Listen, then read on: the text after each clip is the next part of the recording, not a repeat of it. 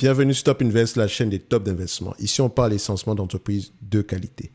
Avons-nous une opportunité d'investissement sur Nexity? C'est la question à laquelle on va essayer de répondre en se basant sur les états financiers de la compagnie.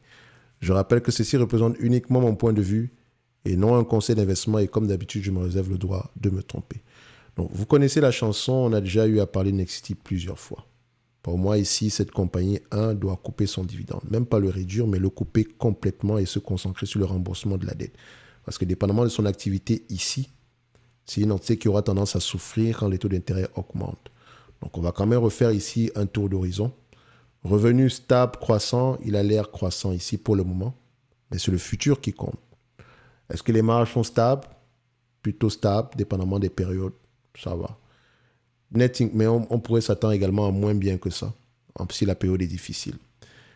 EBITDA, positif ou négatif, il est plutôt stable, même pas positif ou négatif, il est plutôt stable, mais également très, très minime.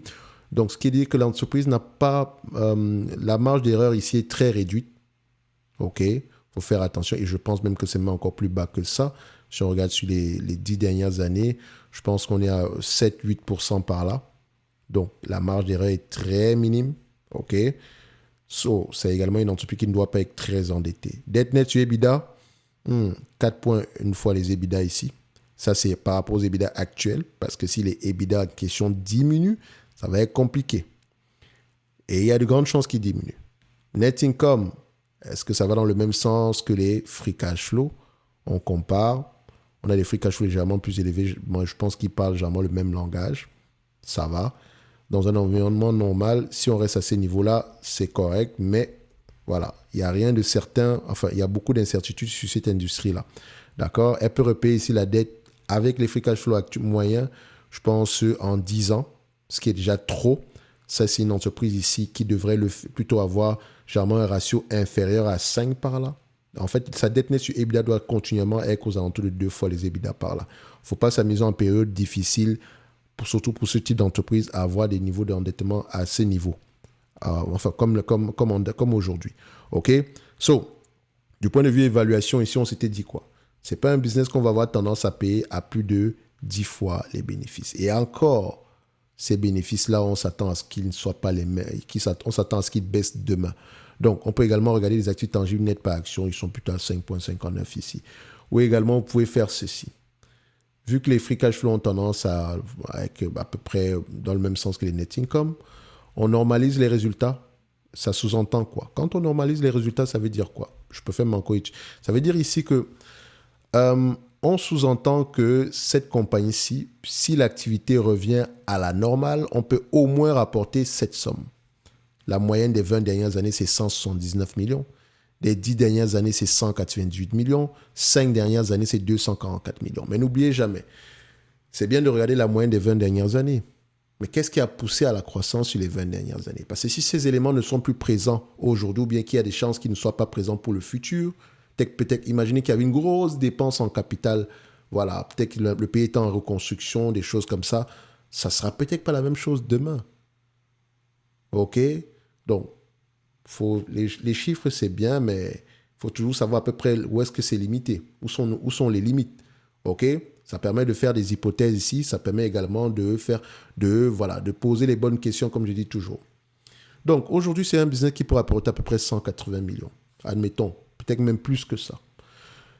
Aujourd'hui, on vous demande de payer 700 millions, 763 millions, un business qui est capable de rapporter 180 millions par an.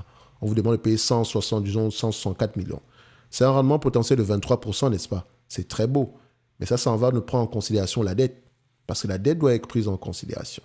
Est-ce que cette compagnie-ci a donc la capacité de souffrir? Vous constatez que certaines années, si on le met en yearly, surtout pendant les périodes difficiles, comme 2008, qu'est-ce qui s'est passé? Elle a perdu de l'argent en 2005, gagné un tout petit peu en 2016, perdu de l'argent en 2007, en 2013 également. Et qu'est-ce qui vous dit que les années à venir, on n'aura pas au moins un ou deux ans de perte? Est-ce que la dette est bien positionnée? La dette, elle est à taux fixe ou à taux variable? Est-ce que les taux d'intérêt sont bien couverts? Quels sont les covenants aujourd'hui? D'accord? Donc, il y a un ensemble de questions surtout à les poser au niveau de la dette avant même d'aller regarder ce dividende-là, parce que je vous ai dit, ce dividende en question, voilà, il faut le couper. Et tant que le management ne le fait pas, plus ils prennent du temps avant de le faire, plus pour moi, ils me donnent des mauvais signaux.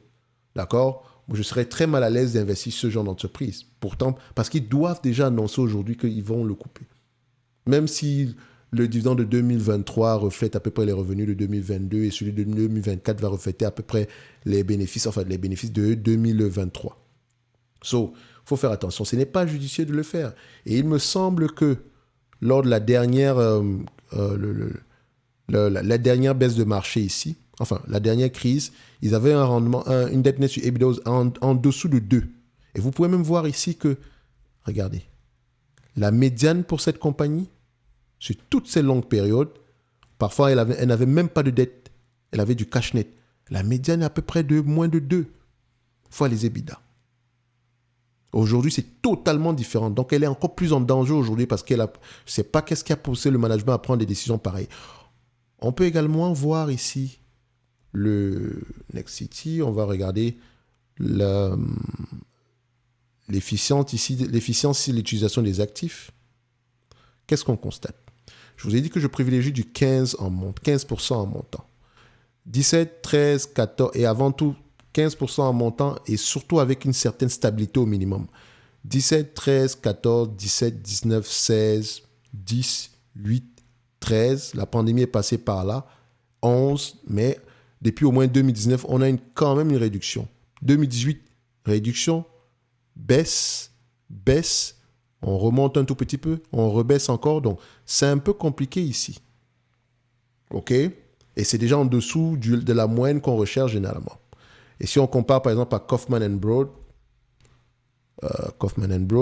histoire de voir si on est à peu près sur la même tendance. Kaufman Broad, c'est une autre histoire. 23, 25, 32, 39, 36, 35, 38, 22, 27, 27. Pourtant, Kaufman Broad est mieux géré que Nexity. Déjà. Donc, s'il faut faire un choix entre les deux, il y a de grandes chances que le choix se porte sur Nexity. Sur Kaufman Broad. Pourtant, Nexity a des marges plus élevées que ça. Mais Kaufman Broad, en termes d'utilisation des actifs, c'est mieux que ça. C'est mieux que comment on appelle ça encore? Du Nexity. OK? Est-ce qu'il faut encore que je vérifie ça? Parce qu'en termes dans ma tête, je n'ai plus trop l'image de Kaufman. Ouais, plus ou moins, ça va. Bon, en même temps, ça reste assez désastreux quand tu vois ça comme ça. Je n'aime pas les trucs qui font ça, ces zigzags-là, d'accord? J'aime bien quand les bénéfices nets sont stables et croissants. Un peu quand on regarde un business pareil, comme celui-ci. OK? Ça, c'est la stabilité. C'est ça qu'on cherche. On veut dormir tranquille la nuit. On ne veut pas avoir des maux de tête. Quand tu regardes ça, toi-même, tu paniques. Tu ne peux pas payer plus de 10 fois les bénéfices avec ce genre d'entité. Je ne peux pas payer. Bon, c'est la nature de l'activité, c'est ça.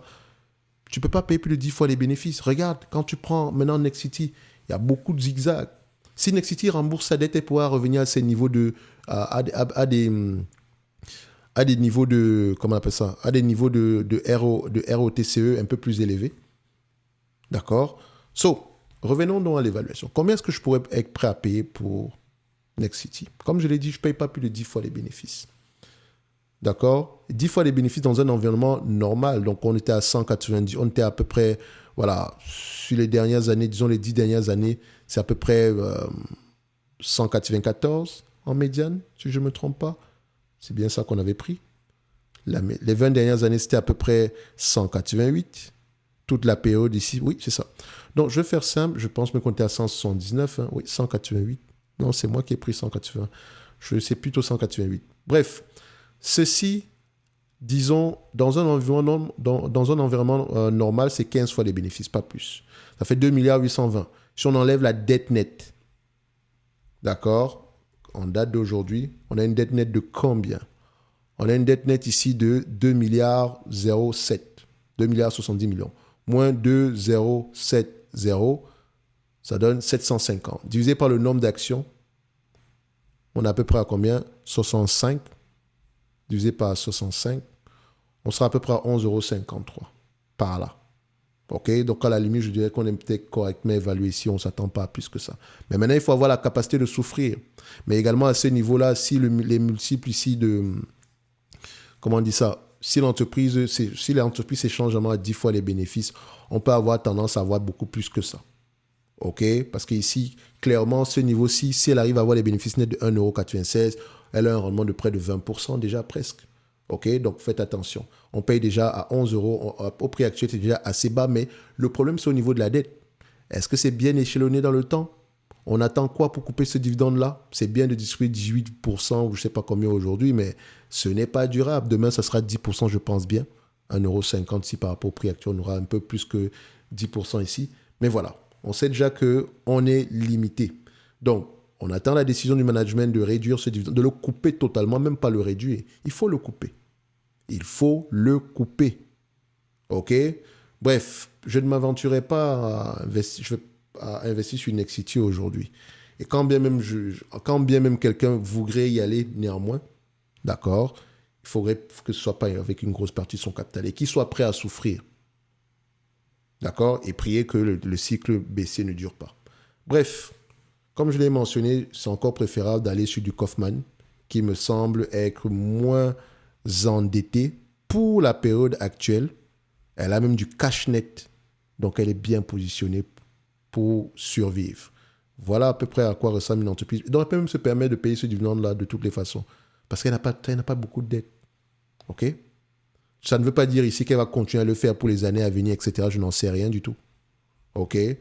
Ça va dépendre ici de la stabilité du cycle. Bref, ce n'est que mon avis. D'accord? Si ça vous intéresse, lisez les rapports financiers. D'accord?